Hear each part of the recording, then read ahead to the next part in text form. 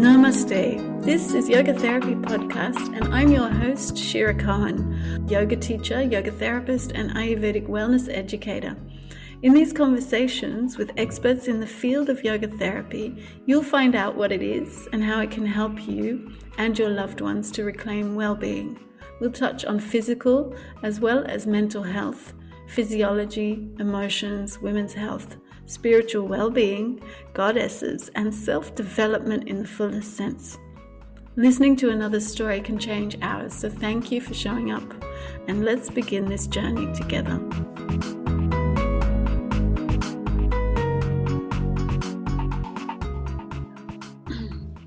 Hello everybody. So today I'm doing a solo podcast and it's on shame. The reason I'm talking about shame is because I come across it a lot in my life, but also in my clients' and students' lives. And I see how people self-sabotage because of it. So if we understand shame and work with shame and see where it comes from, it's actually a pathway to self-confidence, self-worth, self-respect. And it's usually revealed by journaling and watching the ways we self-sabotage or the way we limit ourselves.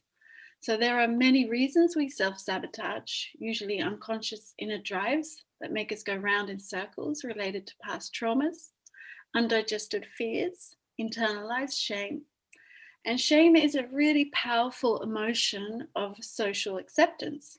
So a healthy sense of shame is when we do something wrong and someone gives us that look, or someone says something, or someone yells to let us know, hey, this is not okay.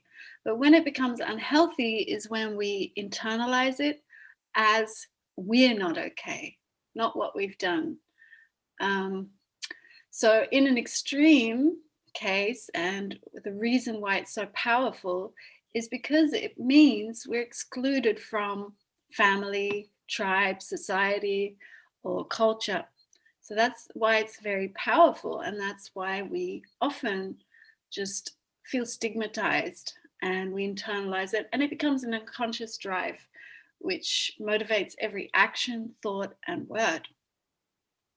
So I've been working with this for years now on myself, but also with clients, and it's really deep and it's really hard. It's the most excruciating emotion, I think, for most people.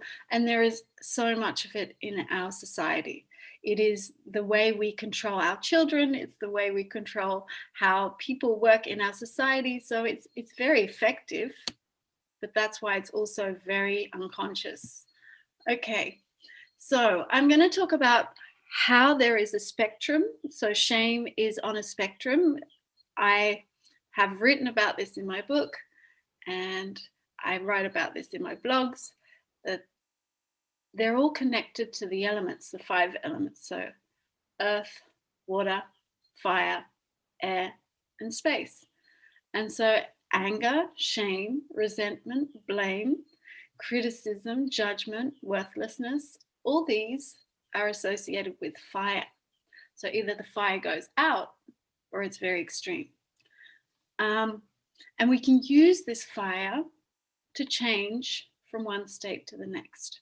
So research has shown that shame correlates to autoimmune disease, cancer, which is the lower end where the fire is going out, or the other end, which is inflammation. And it's an internalized biological expression of the belief that we are not welcome, worthy, or wanted when it's shame.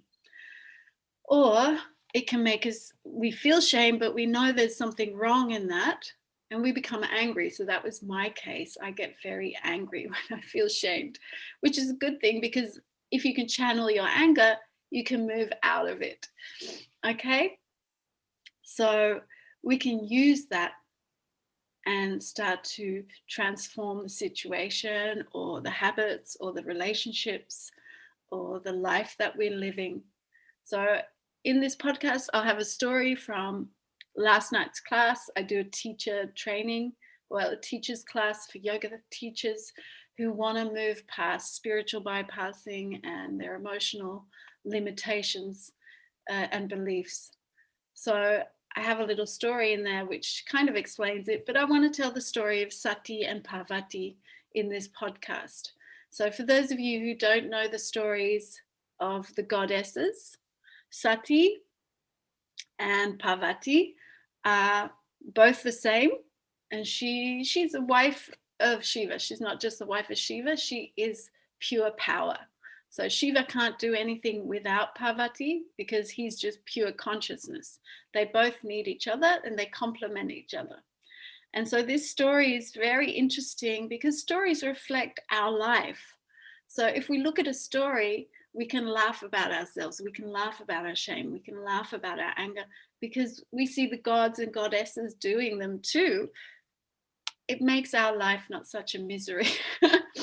It makes our life more relevant. Okay.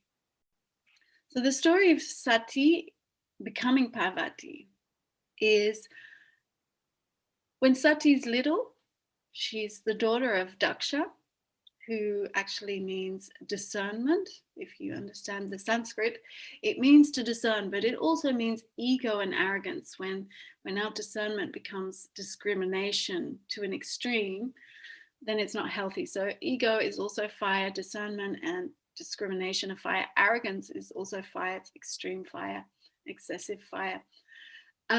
So Sati was the daughter of Daksha. And we don't hear much about his wife. She's kind of on the side, and that's why I don't talk about her. And Sati is the main character in this story. So already when she was young, she knew she wanted to be married to Shiva. And Shiva is this god that just hangs out in the forest. He doesn't wear many clothes. He's pretty relaxed. He's very open and forgiving to anything. He loves hanging out with the animals and the plants. And he's not so much into culture or doing what the rest of society is doing. So Daksha really doesn't like him because Daksha's all this civilized man and he's all into culture and prestige and status. So he doesn't like the fact that his daughter is interested in Shiva, nor does he like it when she marries him. So he tries to get Shiva back, even though Shiva is the god, he is a symbolism of consciousness, of the manifestation, the creative manifester of life, we would say. It's symbolic. You can take it literally or not. So when he sees they've married, Daksha decides to start a ritual. A big ceremony that's going to last for 3 days, and all the gods are invited except for Shiva and his own daughter Sati. Now Sati hears about this and she gets really angry and she goes to Shiva and tells him about it, and he says, I know, don't worry about it, let's just have fun here at home in the mountains where they live, and on Mount Kailash. And she's not happy with this. She's like, no, we've got to go and we've got to set him straight. He doesn't even respect us. That's terrible. And she's like, if you want to go, you go, but I don't think it's going to come to much good. But she's so angry. She's just enraged. She's disgusted by her father. How can he do this? His own daughter not even invited to a big ritual. So she goes, and Shiva sends all his ganas, which are his warriors, and she goes to this ritual and she starts to tell him off. And he's just ignoring her. So this is that judgmental, arrogant, conceited aspect of our fire when we're too fiery. And he's not listening. So she starts getting really angry and starts shouting at him. And he's just ignoring her. And then he starts to shame her. He starts to shout back at her. And she becomes so enraged. And then she calms down. She's disgusted by him. She takes distance. So the emotion of disgust helps us to detach. And then she sits down and she's like, I've had enough. I don't want to be part of this family. I don't want to be recognized by this man anymore. I don't want to have anything to do with this being. So she sits down and she brings up her yogic fire and she just burns herself up. And she knows she's going to be born into another body of a father and a mother that she can respect and honor and feels worthy of being her parents, because she is the manifester of life. So of course she wants to be born and brought forth by someone she can respect. So she does that and comes back to Himalaya, the mountains, and Menaka, which is an apsara, ethereal being, who together bring her into life. So she can honor these parents, and they respect Shiva. They understand consciousness is an important part of life. So when she comes of age, again, she knows she wants to be with Shiva, but Shiva, because he's so upset of what happened to Sati, he doesn't ever want to fall in love again. What happened after Sati immolated herself? So she didn't jump in a fire. It was her own fire that she created, yogic fire, okay, from her third eye, because she was so angry. So Shiva was angry too. He, from his third eye, brought forth Virabhadra. This is the warrior pose that we always do in the yoga stances. This warrior came to the fire, the ritual fire of Daksha, and chopped Daksha's head off. That was it. He was so angry. And then the gods got upset because they were like, hey, we can't not finish a ritual. We have to keep this going. So Shiva came back with a goat's head.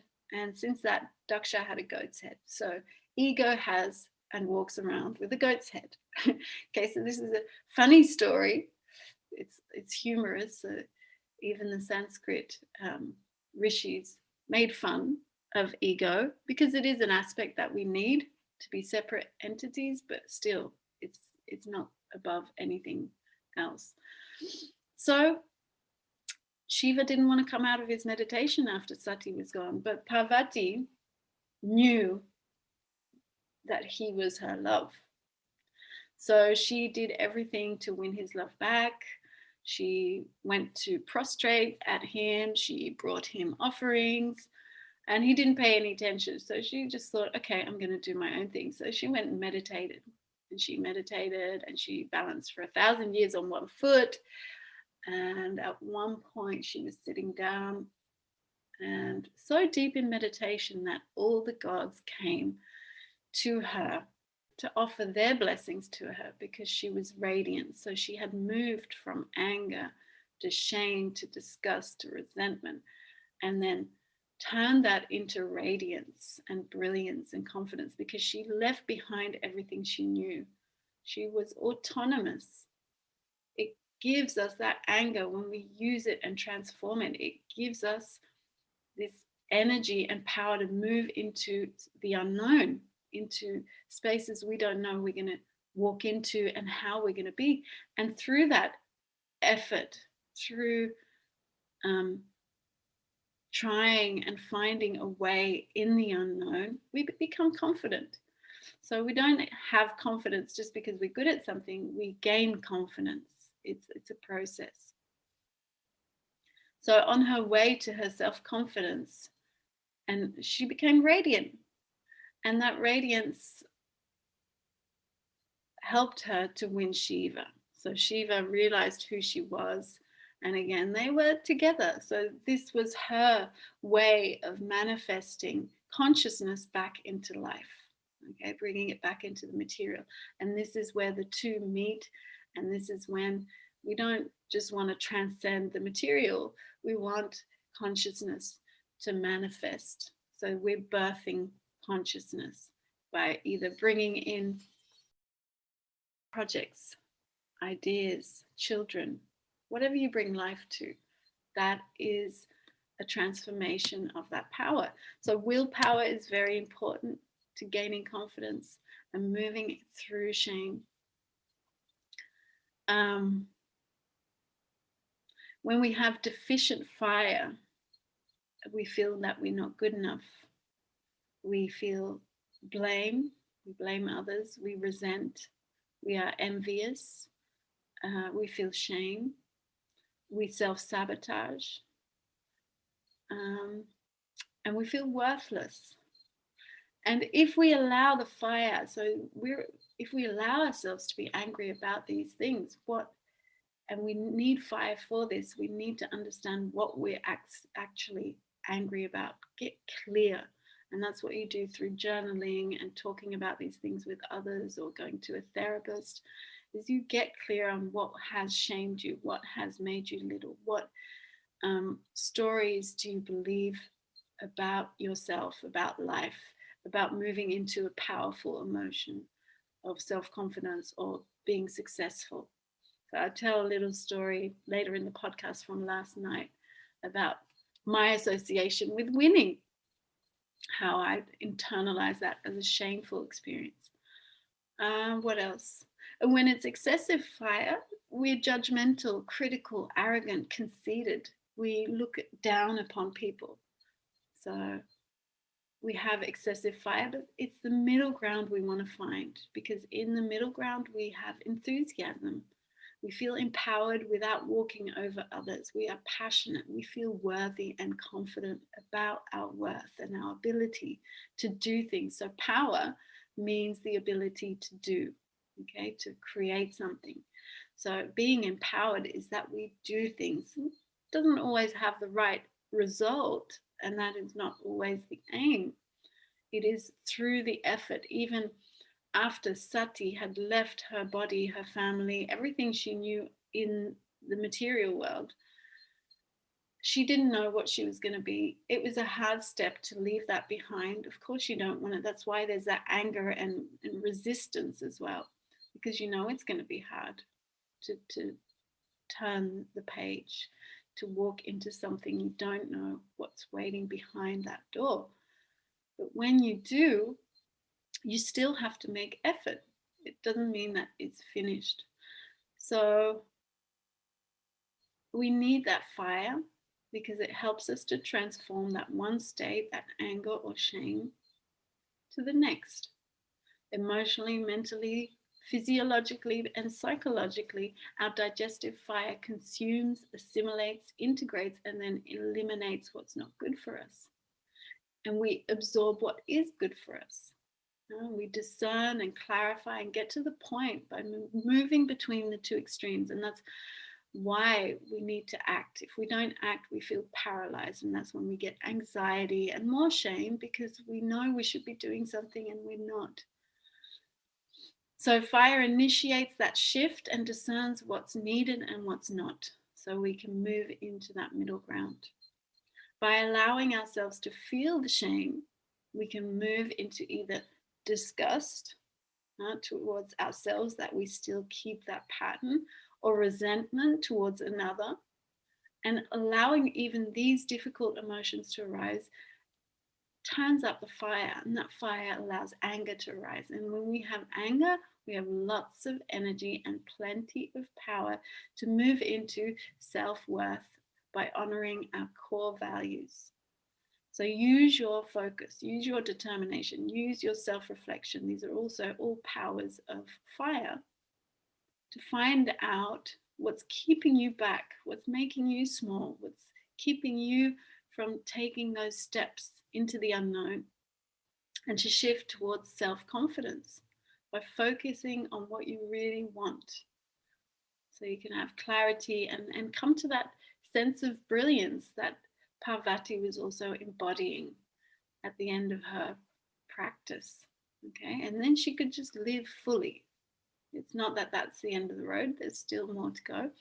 So the rest of the podcast will be bits and bobs from last night's class. There will be a short meditation at the end that walks us from difficult emotions that we have internalized from the inner child, and holding that inner child. And then from there, we move into and take our little inner child with us towards a future self. So with the practice of the future self, I think I say it in the practice itself, but I'll say it here just for clarity, to prepare yourself, because we switch quite quickly over towards it, is you're moving into, be fearless in that future self. Really allow yourself to dream big, to be even very wild in your imaginings allow yourself a big step, because that's another thing of keeping it small. We think we can't do it. Oh, that's ridiculous. That's another self-sabotage talk. Okay, all these voices that keep you small and think, oh, well, there's no place or space, I don't have time. These are all self-limiting beliefs. For sure, we all have very little time, but how important is it to you that you will make those changes? Okay, so this is also still something I'm working on. I come up against it all the time, especially now with this COVID and having to work at home. I'm starting to see I'm losing motivation sometimes. I really, like last night I had a class and it just feels so good to see people really enjoying and that you're nourishing. You need to be needed. Okay, that gives us our self-worth. So I really hope these lockdown regulations shift soon so we can all gain some confidence again.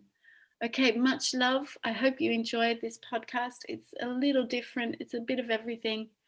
And next week we'll have Stephanie Munas on, who's an amazing yoga therapist, and she's going to talk about what the difference is of yoga therapy and yoga for arthritis, and we'll be talking about other things as well. So much love to you. See you next week. Take care. Be well.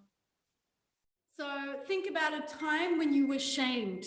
So there was a time I was shamed, and it wasn't on purpose. But I was swimming in the swimming pool. It was competition. We were kids. We had to do laps of the pool. The gun went off. We jumped in and someone started early. I didn't notice. So I was going really fast and I was thinking I was winning because people were running next to me and shouting. But I didn't realize it was only when I got to the end of the pool that I realized it was a false start. So you internalize this shame. The shame for me was being a winner. So I've always self-sabotaged in that sense of winning, of succeeding at something, because it's an old habit and you don't even realize that that's what's holding you back. There's a fear of success. Your shadow can be a positive thing. Usually it's a positive thing as well. So when we self-sabotage, it's a positive thing. Or it can be when you feel free or liberated, or something that you did as a child, usually an expression you had and it wasn't okay. You were shamed for it in some way by culture, family, or something. Yeah. So that's how you would use it. And then you understand the thoughts behind it, what's keeping you little. And now I want you to bring your fingers of the right hand. You're going to bring your index finger and your middle finger to the thumb. Okay? Extend that right hand, rest them on the thigh, the knee. And the other hand, you bring your middle finger and ring finger to the thumb. Extend those fingers. And I want you to become aware of where the breath goes naturally. Okay, so we're going to start with an out breath. So breathing out fully, completely emptying yourself from the belly, the pelvis, the rib cage, then the chest, and even your shoulders. And then just breathe in naturally, softly into the belly. Allow yourself to belly breathe, filling up the ribs. And as you breathe out, emptying from the pelvis, the belly, and the chest, the ribs, the shoulders. One more time, breathing in, just into the belly, the chest, the shoulders.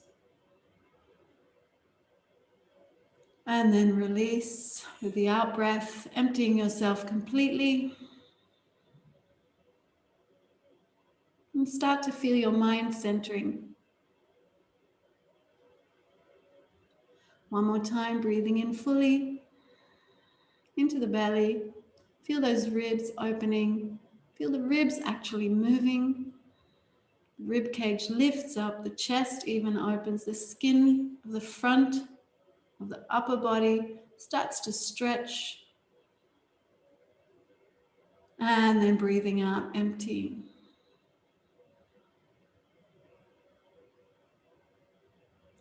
Now look into the mind space and say to yourself, the mind is clear. And just notice what kind of space you have right now. Is it spacious? Is it small? Is it busy?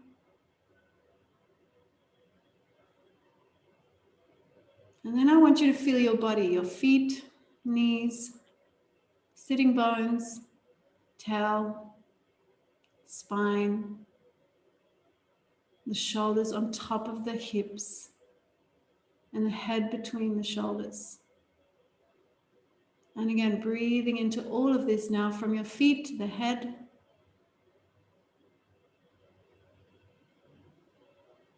Now I just want you to feel the breath. Where does it move naturally? Just breathing in your own rhythm.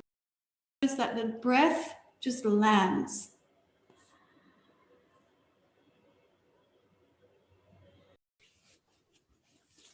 So make yourself comfortable and allow yourself to arrive to your chosen seat. And just notice how you're feeling right now.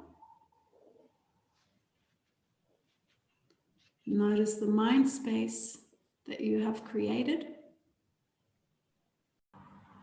So allow yourself to remember anything that arose during the practice. Sensations, thoughts, emotions, ones that felt good. And then just breathe them in. Allow yourself just to sit with them for a moment. Absorb them. Imagine every cell or every organ or tissue or system within your body just absorbing that, bathing in it, being nourished. Like a little baby you're holding in a bath, a nice warm water, and it's just enjoying. So allow yourself also to enjoy the good emotions, to really bathe in what feels nourishing. So when you do your practice, notice the moments that you feel good and stay there a little. Don't move straight out or into the next thing.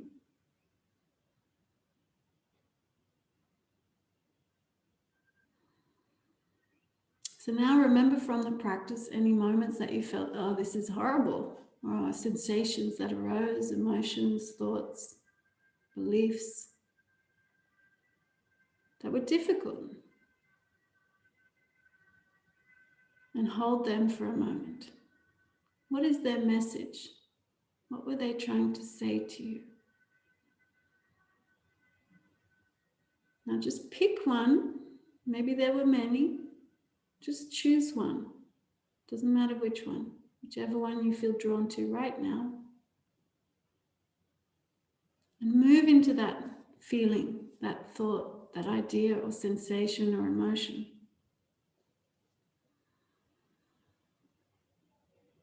Maybe it's, I'm not good enough, or this is difficult, I can't do this.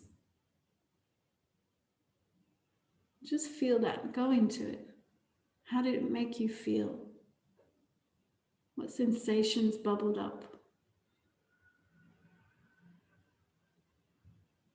Now hold yourself. Imagine the inner child in you having that difficulty. And hold that inner child. And just see yourself, and you now be your parent. Be the parent you needed then, in that emotion, in that moment of difficulty or pain or resistance, whatever it was. Just what did your little self need in that moment? Maybe you need to look into their eyes, your little self. What did you need at that moment? Be your own parent.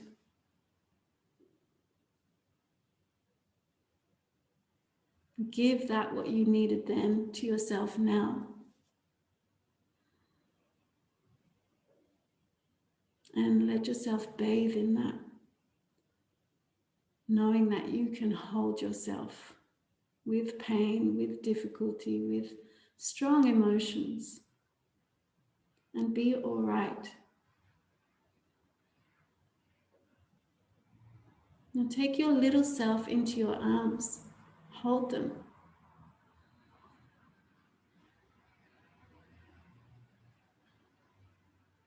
Hold them as you are now.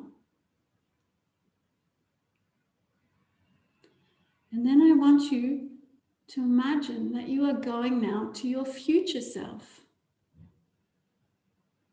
And for a moment, with your little self, your inner child, in your arms, what would be the ideal if you could be limitless in your imagination, courageous in your abilities, and daring and generous with your love? What would your life look like if you could have anything you wanted without worries? How would your life be different? How would you live? What house would you have? What people would be around you? What work would you have? How would the world look? What leaders would we have in that world?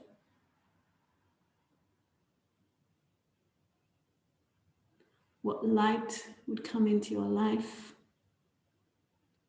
What sounds, colors would you be surrounded by in your home, your work? Now imagine going to that house and you, as you are now with your inner child, knock at the door of your future self. And your future self opens that door. And you walk into their house and you see the house and she welcomes you. And you just breathe in that life. And you hear the sounds and see the light and the shadows. You see the colors, the garden, the way she prepares and walks around her house. You see your future self. And as she prepares to go out, you walk with her and your inner child. And slowly, you walk into this moment of now, of here, and you hold all these experiences in yourself in this moment. And just breathe it all in. Know that you can contain all these.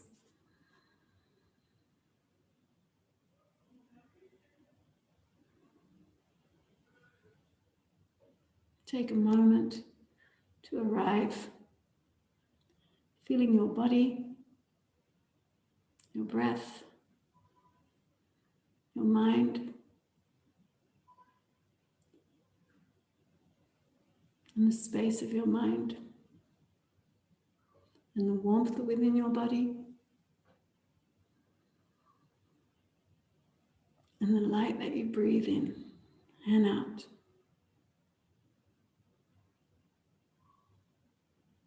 Feel the space in your ribs.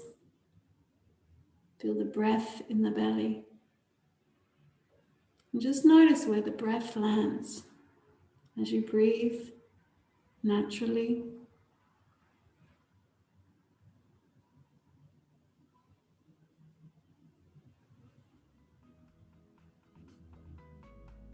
And whenever you're ready, you can open your eyes.